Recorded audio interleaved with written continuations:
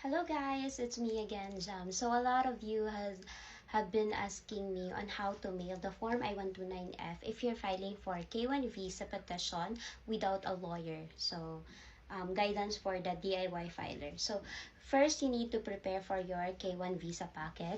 Ito yung tinatawag nilang K-1 visa packet.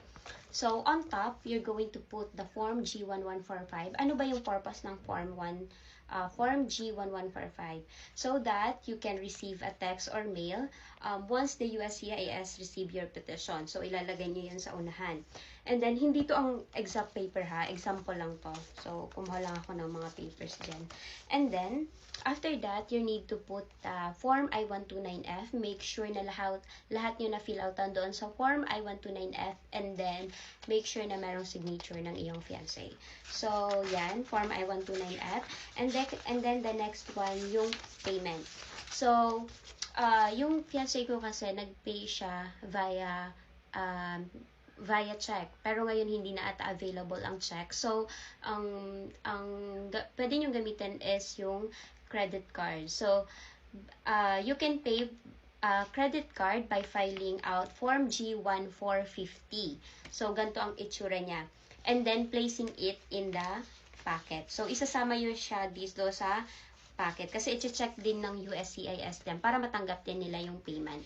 So, and how do you actually send it? So your fiancé in the US usually goes to the courier like the FedEx or the USPS or the US Post Office. So, yan, pupunta lang siya sa courier services or sa branch ng courier, pwedeng sa FedEx or sa UPS. So, magkaiba yung address niya. Iba yung FedEx, iba yung USPS. So, make sure na tama yung address na ilalagay nyo doon sa K1 visa packet nyo. So, pag regular mail is USPS, pero pag courier is FedEx yung gagamitin nyo. So, bring the sealed envelope. So, yung mga documents nyo, ilalagay nyo dito sa brown envelope. Including lahat ng documents na ipapasa nyo, yung and then yung picture nyo na mayroong pangalan sa likod, ilalagay nyo yan lahat dito. And then, yan, isi-seal nyo. Make sure na yung mga paper na pinasa nyo is hindi po naka-staples, kundi nakalagay, nilagyan nyo lang ng paper clip para madaling matanggal ng USCIS and madali nilang ma-scan. So,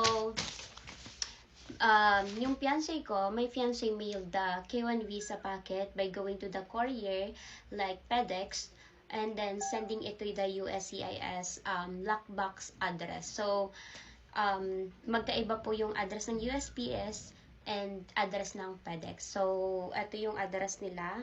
You can check that out. And then, if you have any questions regarding this, please message me. And yeah, hindi ko alam kung na-explain ko ba ng maayos sa inyo. Pero hopefully na-explain ko siya ng maayos. So, yun lang.